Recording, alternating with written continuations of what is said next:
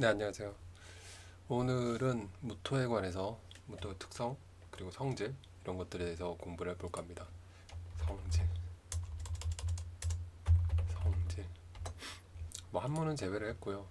무토라고 하는 한문을 제외한 이유는 무토라고 하는 캐릭터가 자기 성향이 좀 강한 캐릭터이긴 해요. 그렇기 때문에 뭐 지금 첫 화면에 나오는 무토라는 여기 글자에 보면 노란색이 주류를 이루지만 즉 토의 성분이긴 하지만 뭐 화의 성분도 필요하고 그 다음에 나무의 성분도 필요하고 이렇기 때문에 이런 식으로 색깔을 줘봤다라고 생각을 해주시면 좋을 것 같아요. 이것도 생각을 좀 바꿔볼게요. 색깔을 토, 생금이니까 예명 그러면 식상이 되겠고 이야기 요거는 검정색으로 한번 색칠해 볼게요. 그러면 얘는 수의 성분이 되겠죠. 진하게 해야 되니까 이렇게 하면 약간 좀 차이가 나죠. 지저분하게 보이나? 그래서 무토라고 하는 거에 대해서 얘기를 해볼 건데요. 무토 일단 큰 땅이에요. 큰 땅. 좀 전에 자료를 보면 한문은 여러분들이 이제 충분히 아실 거고요. 큰 산이나 제방을 의미를 합니다. 그래서 제방, 뚝 이런 것들 뭐 그 역할은 물을 막을 수 있는 그런 큰 땅이 되겠죠. 큰 땅이에요. 큰 땅. 큰 땅을 떠올려보면 어떤 느낌이 드시나요? 쉽게 움직이지 않죠. 쉽게 뭐 산이 지각 변동이 뭐 단순간에 짧게 일어나는 그런 건 아니잖아요. 뭐 농사를 짓는 작은 땅이나 화단 같은 경우 우리가 쉽게 바꿀 수 있지만 큰 산을 옮긴다라는 건 시간도 오래 걸리고 뭐 만약에 충장비로 한다라고 치더라도 엄청나게 많은 그런 기계나 노력들이 필요하다라고 하는 거예요. 그래서 무토라고 하는 건 쉽게 움직일 수 없는 그런 큰 산이나 제방을 의미를 한다. 그렇기 때문에 약간 묵직한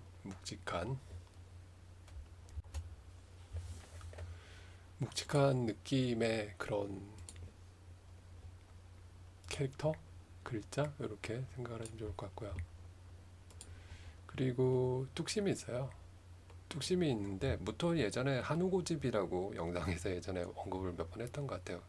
그래서 말이 그렇게 많은 편도 아니에요. 뭐 무뚝뚝해 보이기도 하고요. 재미없는 사람일 수도 있어요. 그러나 이 사람들은 신뢰나 뭐 성실한다랄지 책임감이랄지 이런 분들을 상당히 중요시하고 자기 원칙에 대해서 융통성이 좀 결여된다라고 할까 이건 뭐 단점으로 볼 수도 있는데 원칙이나 기준들이 확고하기 때문에 좀 괜찮아요. 그리고 포용력도 있고요. 포용력이 있다라는 거는 그러니까 어느 정도 선까지 건드리지 않는 이상 이 사람들은 크게 폭발하는 캐릭터는 아니에요. 그러니까 무토를 곰에 비유해서 얘기하기도 하잖아요. 그런 부분들 그리고 무언가에 대한 도전 정신이 상당히 투철한 그런 사람 쉽게 포기 안 하는 그런 스타일이에요. 그렇고 뭐 평소 행동하는 거랄지 그런 부분들은 뭐 격식을 따진다랄지 뭐 그런 부분들은 없어요. 또 털털하고 이런 모습들. 그래서 사람들이 오히려 좋아한다라고 하는 거. 근데 이제 이 과묵하고 남들에게 표현하지 않, 그러니까 말수가 그렇게 많은 편이 아니에요. 제잘제잘 거리는 그런 캐릭터가 아니다 보니까 이런 부분들이 뭐 잘못 발현된다라고 하면 고집이 과하게 들어가 있는 사람들로 보인다랄지 혹은 이 소유욕이 재물 욕심이랄지 이런 부분들에 대한 거 자기가 추구하는 뭐 그런 가치에 대해서 약간 집착적인 소유를 보이는 형태가 발현이 될 수도 있다. 이런 부분들에서 상당히 조심을 해야 된다. 무토라는 게 그러니까 남들이 볼 때 그런 캐릭터로 볼 수가 있다. 그러니까 이 신뢰, 원칙, 책임감, 뚝심 이런 부분들, 도전 정신 이런 부분들이 그러니까 이런 부분들이 이런 부분들하고 서로 배치가 되는 부분이죠. 그러니까 명리학에서는 어떤 하나의 사건에 대해서 관점을 두 가지로 볼 수가 있다. 종이 한 장 차이라고 얘기를 했었죠. 저런 부분들이, 그러니까 위에 부분들이 장점인데 이 장점들이 좀 너무 지나치게 발현되면 단점으로 보일 수 있다라고 이런 부분들이 얘기했죠. 그렇다라는 거. 그리고 흙하고 그러니까 토랑 수는 속을 알 수 없다라고 얘기를 하죠. 물은 깊기 때문에 물 안에 들어가 봐야지 알고 땅은 뭐 땅 안에 묻혀있기 때문에 땅을 파봐야지 안다라고 얘기하는 것 때문에 속내를 쉽게 드러내지 않는다. 이 부분도 과묵해서 발생하는 것들이겠죠. 그러니까 누군가랑 제잘 얘기하는 그런 스타일이 아니고요. 그리고 리더 스타일이다. 양간에다가 이 부분들이 위에 얘기했던 부분들하고 약간 겹쳐져서 볼 수가 있을 거예요. 그리고 뭔가를 수집하는 수집가의 모습이기도 하다라고 얘기를 하더라고요. 이 사람들에게 요구되는 모습들은